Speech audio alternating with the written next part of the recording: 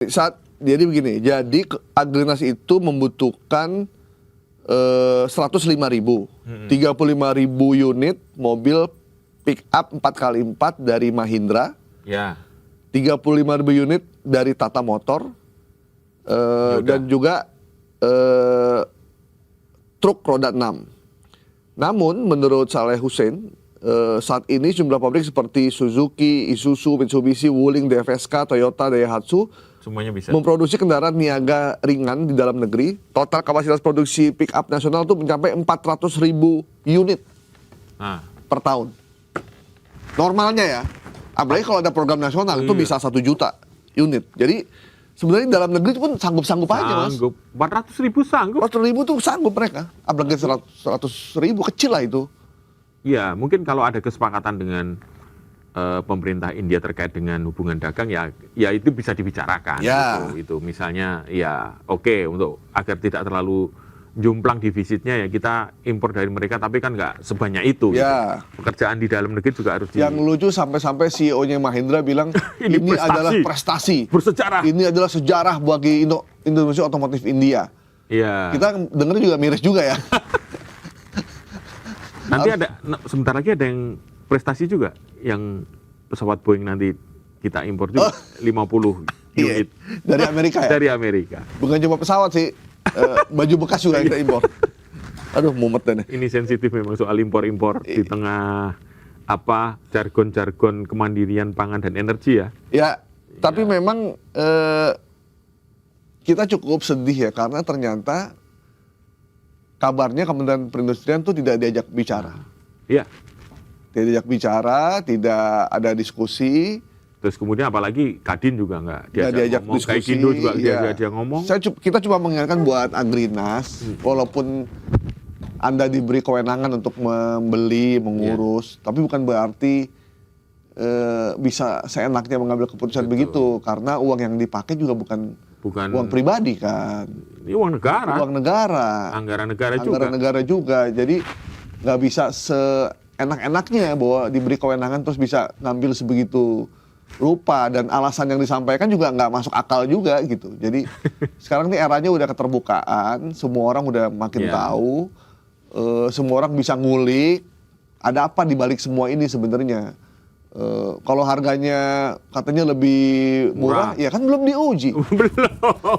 Kan harusnya kan pakai tender. Kalau pakai tender satu, yang kedua kalau kita ngomong sama Gaikindo, ya udah otomatis akan didukung lah. Iya. Apalagi ya kan? Kita aja perusahaan nih, misalnya beli 40 unit, itu diskonnya gede banget, Mas. Diskonnya gede. Gitu.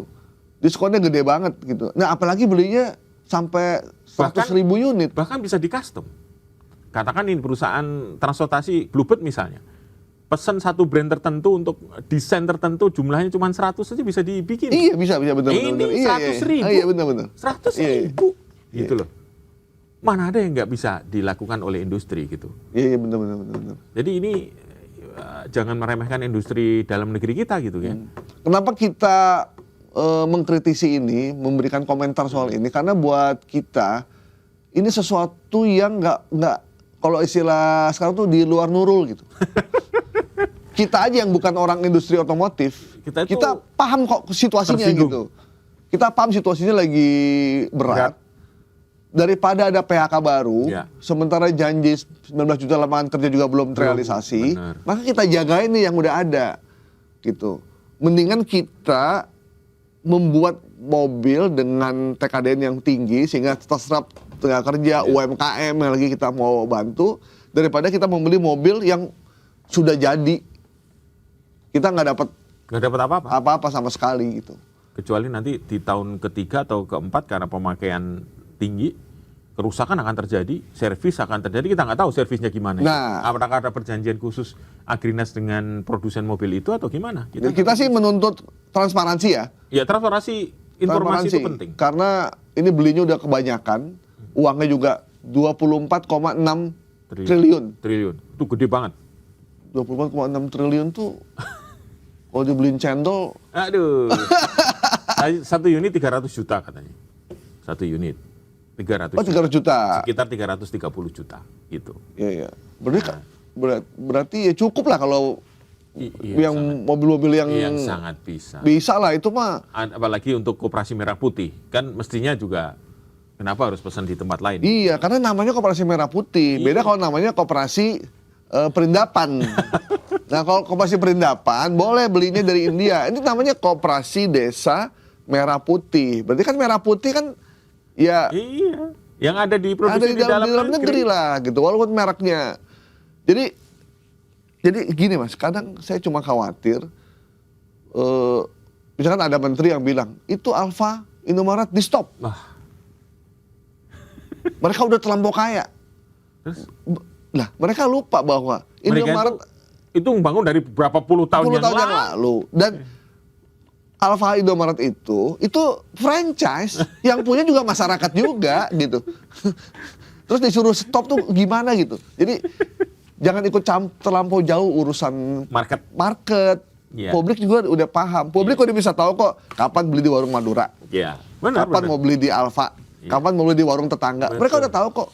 Gitu. Mereka kalau mau beli yang sifatnya banyak, mereka pasti ke supermarket. Tapi kalau mereka beli cuma 1-2 pasti ke warung Madura warung tetangga. Warung tetangga gitu. Iya. Dan itu udah alamiah juga. Semua kebagian itu. Kebagian. Iya. Warga udah asik aja sekarang. Iya. Tiba-tiba nggak usah diajarin itu. Diajarin untuk stop ya. Nggak, lah, memang kita bisa mengatur warga disuruh stop beli di sana. Ini kadang nih menteri-menteri ini gimana ya? Jadi ingat kita waktu wawancara dengan Dubes Singapura ya, bagaimana Singapura maju pesat dalam waktu 10 tahun itu. Tidak mungkin tanpa pengusaha. Ya. Tidak mungkin tanpa industri. Swasta. Ini gimana kalau swasta kita diacak-acak begini, sementara kita punya mimpi 8% gitu. Jadi memang nggak bisa. Gitu. Ini ya, triangle ya. Pemerintah, masyarakat, pengusaha. Dunia usaha. Iya. Pemerintah percaya sama pengusaha, betul. Pengusaha juga percaya sama masyarakat, masyarakat percaya sama pemerintah gitu. Jadi udah. Itu. Atur aja ini gitu. Kalau di sini tidak percaya, sana saling tidak percaya, waduh. Gimana? Apalagi kalau yang namanya regulator juga ikut menjadi pemain. Aduh, tambah lagi. Ngaco itu. Jadi kalau serahkan aja ke dunia usaha, kasih aturan yang jelas. Kalau kita khawatir pengusaha ini nakal, bikin aturannya. Itu yang mesti bisa dilakukan, bukan berarti menutup, menyetop, nggak boleh beroperasi. Ya nggak gitu juga sih, nggak begitu juga caranya. Gitu. Nah, satu lagi nih pesan dari wawancara kita dengan Pak Dubes. Menteri Ekonomi pertama Singapura mengatakan begini, kesalahan terbesar semua negara itu adalah menganggap bahwa pejabat itu bisa berbisnis. Itu kesalahan terbesar. Jangan kasih kesempatan pejabat atau politisi untuk memegang bisnis. Itu sama dengan wawancara kita dengan Mas Siso Hadi. Jangan harapkan BUMN untuk bisa bekerja seperti perusahaan swasta. Impossible. Nggak mungkin lah ya. Nggak mungkin. Nggak. Problemnya sebagian besar pejabat sama anggota DPR kita itu pengusaha. Itu. Jadi ada konflik of interest juga di situ. Jadi begitu. Dulu Pak Harto juga memanfaatkan, kalau dulu tuh lebih clear Mas. Iya. Saya pemerintah, saya punya lahan, panggil swasta, lu kelola. Nah, itu. Tapi jelas bagi hasilnya. Buat negara berapa? Buat negara berapa? Karena waktu itu Pak Harto kalau nggak ada mereka juga nggak bisa ngebangun juga. Betul. Soal dalam pelaksanaannya ada hazard dan lain-lain, itu persoalan lain. Kejadian. Cuma waktu itu dia bisa membedakan antara kepentingan teknokratik, kepentingan dunia usaha itu dibedain. Jadi nggak campur-campur. Jadi menteri-menteri ekonomi itu nggak ikut serta berbisnis. Iya. Mereka cuma bikin regulasi aja, lo jalanin, untungnya tenaga kerja terserap, pajak dapat, Indonesia dapat devisa, impor segala macam ya bermanfaat. Udah gitu aja sih sebenarnya. Ikutin cara Singapura. Pegawai-pegawai negerinya biar nggak korupsi, gajinya 10% di atas pegawai swasta. Iya benar ya. Iya. Tapi kalau diterapkan di sini belum tentu. Kalau di sini tetap korupsi juga ya kebangetan. Nah itu cara Singapura. Nah kalau cara Korea Selatan beda lagi. Mereka mengumpulkan konglomerat. Kamu saya kumpulkan, saya kasih modal, saya kasih lahan, saya kasih izin, tapi kamu harus jadi pemain kelas dunia. Kalau kamu membelot, ada sanksinya keras. Dan itu terjadi ketika presidennya Park Chung-hee dan lahirlah raksasa namanya Samsung, Oh iya. Hyundai, Kia, LG. Dipakai di seluruh dunia. Iya, meskipun ada banyak yang gagal juga. Tapi ya itu kejadian gitu. Udah, serahkan sama orang yang memang punya naluri bisnis. Makanya di Korea Gitu. Selatan dan Jepang Iya. itu Perdana Menteri bisa berganti kapan lagi. Iya, Loh, tapi ekonomi tetap jalan. bahkan partai bisa mengganti Perdana Menterinya. Tapi ekonominya jalan biasa aja gitu, nggak terpengaruh. Nah kalau di kita kan ganti presiden tuh kayak ganti keseluruhan kehidupan gitu. Kalau di luar negeri mah biasa aja. Ganti Perdana Menteri, ya udah. Perdana Menteri ganti, ekonomi tetap jalan. Iya. Semua normal-normal aja gitu. Makanya ada waktu itu teman saya di Spanyol itu cerita, gimana suasana pemilu di Spanyol? Kita wawancara. Iya. Dia bilang biasa aja di sini. Kalau di sini mah pemilu tuh kayak hari-hari aja. Sudah nggak mengubah banyak hal. Betul. Nggak mengubah banyak hal. Yang nyoblos-nyoblos, yang enggak juga enggak, ekonomi jalan, semua habis nyoblos, sekolah lagi, belajar lagi gitu. Jadi bukan sesuatu perhelatan yang kayaknya ini masa depan kita hanya ini ditentukan oleh ini. Mereka bilang enggak. Yang menentukan masa depan bangsa itu kata di Spanyol ini adalah rakyatnya sendiri. Gitu, bukan pemerintahnya. Jadi nggak begitu populer di sana itu. Pemilu ya? Pemilu tuh biasa aja gitu. Kalau di kita, waduh. Wah kayak di kita tuh udah kayak yang sibuk tim sesnya. Jadi saya jadi inget cerita ini.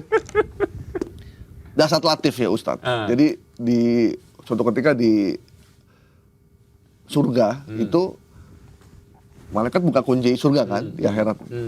Kuncinya rusak, nggak bisa dibuka. Datanglah orang Jepang. Malaikat bilang, siapa yang bisa betulin kunci? Orang Jepang datang. Saya. Ada biayanya 5 juta. Buat apa 5 juta? 2 juta buat pekerja, 3 juta buat beli kuncinya. Buat barangnya untuk bikin kunci. Ada lagi? Saya. Dari mana? Dari Amerika. Oh gitu. Bisa berapa? 10 juta loh. Kok mahal sekali, 10 juta. Jepangnya cuma 5 juta. 5 juta buat riset, supaya tidak terulang lagi kejadian kerusakan kunci. 2 juta buat beli barangnya, 3 juta buat pekerja. Oh gitu. Ada lagi yang mau ngajuin sebelum saya tentukan, kata malaikat. Dari belakang.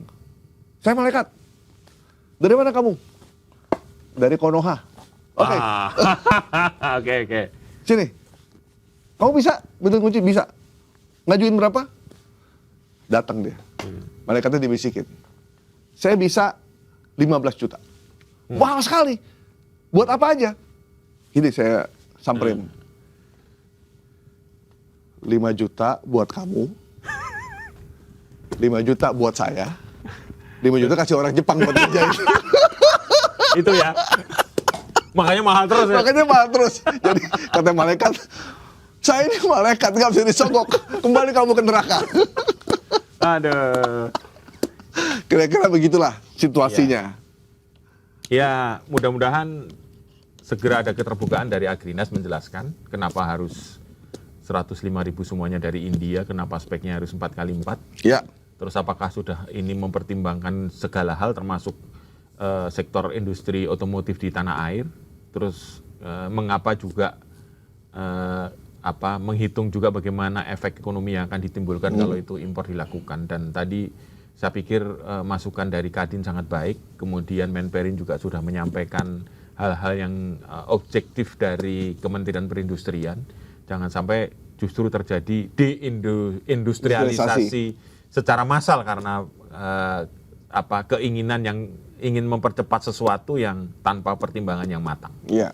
Jadi ini persoalan serius. Mungkin paradigma kita mesti dirubah. Jangan ada paradigma pemain lama sudah untung banyak. Bukan begitu caranya. Jadi udah gantian. Bukan begitu caranya. Justru pemain lama itu punya pengalaman, punya pengabdian.